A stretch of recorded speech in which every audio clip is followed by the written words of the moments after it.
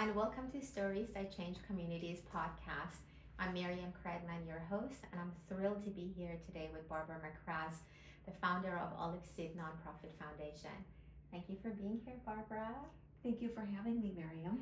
Barbara is a remarkable leader whose journey blends technology, storytelling, and global impact. Let's just dive into it, Barbara. You transitioned from a successful career in technology in Silicon Valley, designing voice recognition systems, into leading literacy and community projects across Morocco and Kenya. So tell us, what inspired that leap and what ultimately drove you to start Oliveseed?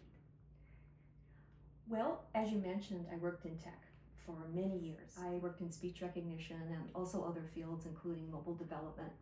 And I'm also a liberal arts person by training. Nice. And I've always thought in the back of my mind that one day I would do something related to education and literacy because I'm very passionate about it.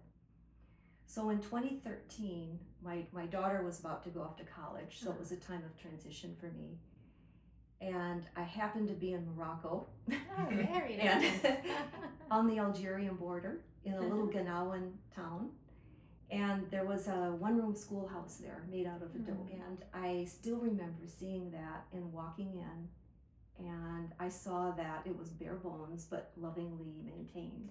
Lovely. And I had this idea, maybe I could do something here. And one thing leads to another. Of course. So to make a long story short, I went back the next year and I visited teachers in that area, like right on the edge of the Sahara Desert. Moroccan English teachers, and I ended up developing a library at a school that had never had a library of any kind. Oh, wow. And became known as the Purple Library because students painted it purple, which is my favorite color. Oh, that's lovely. And is quite well known, and next thing I knew, teachers all over the country were writing me asking to do the same. So over the next 3 years, I worked with about 40 teachers in rural Morocco, developing libraries large and small. And I never looked, much as I loved my career in tech, I never looked back. That is so inspiring. Fantastic. So one of Oliveseed's projects in Kenya empowers women produce sanitary kits for girls to stay in school. What's been the impact of that initiative, not just for the girls, but also the women leading it? A few years ago, we built a women's work center in the Masai Mara, and there's nothing else like it in the region. The women in that area did not have the opportunity to go to school when they were young or to develop marketable skills. So we built this women's work center. It's solar powered, and we have 20 women working there, and they're making an income for the first time in their lives. And you can really see the joy and the confidence that is blossoming. We started with beadwork because that's their traditional knowledge, and they make beautiful beadwork. A couple years ago, we introduced sewing. And one of the main things that they make are these sanitary kits to keep girls in school. In this area, when girls get their period, they typically drop out of school because they have no way to manage it. Wow. So our goal is to keep girls in school all the way through high school, and it's working. So far, we've distributed 4,500 sanitary kits in the area, and these keep girls in school for 3 years. Oh my God, what a difference this makes. It does. And the beauty is that it's a twofer. It's great for the women and it's great for the girls. And the special thing about it is that the women really love this project because they're helping girls have a life that they didn't have, by staying in school. So it's very meaningful to them. This is very powerful. It is. So in Morocco, Oliveseed's Emerging Voices initiative published its third anthology of short stories, even won national awards. What does it mean for young Moroccans to see their stories in print?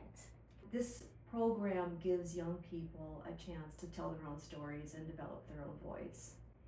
So we started our short story competition in Morocco during COVID.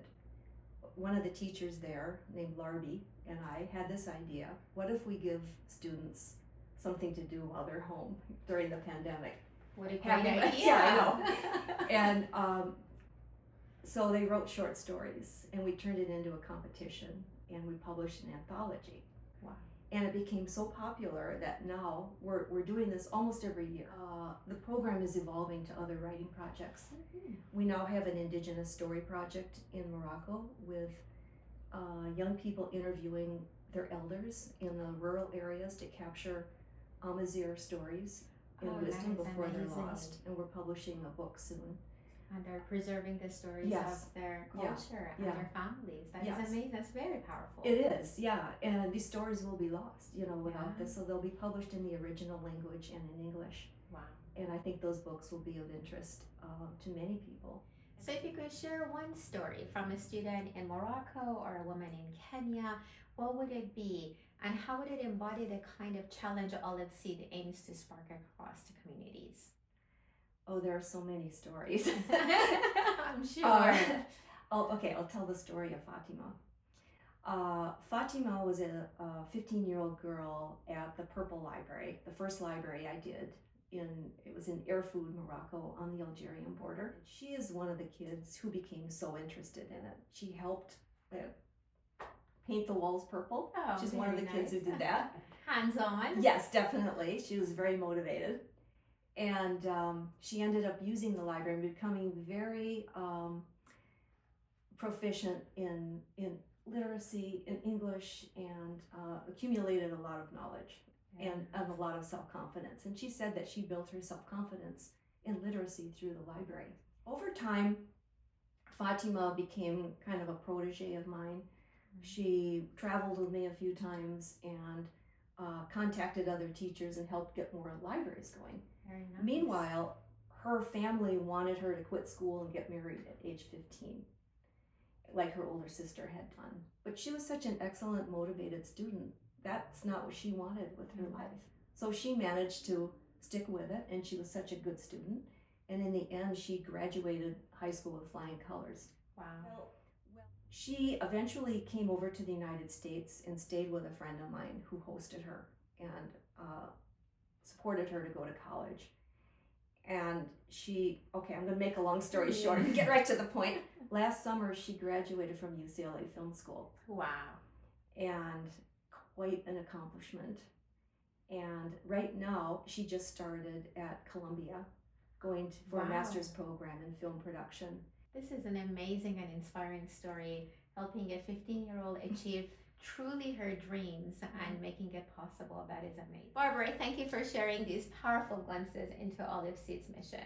From the olive trees to schoolgirls in Kenya to young authors in Morocco, you really do teach us how small seeds can grow into everlasting change. Thank you, Maria. I truly appreciate it. Thank you for being here. And for those listeners who are interested to learn more or get involved, please visit oliveseed.org. Thank you. Thank you.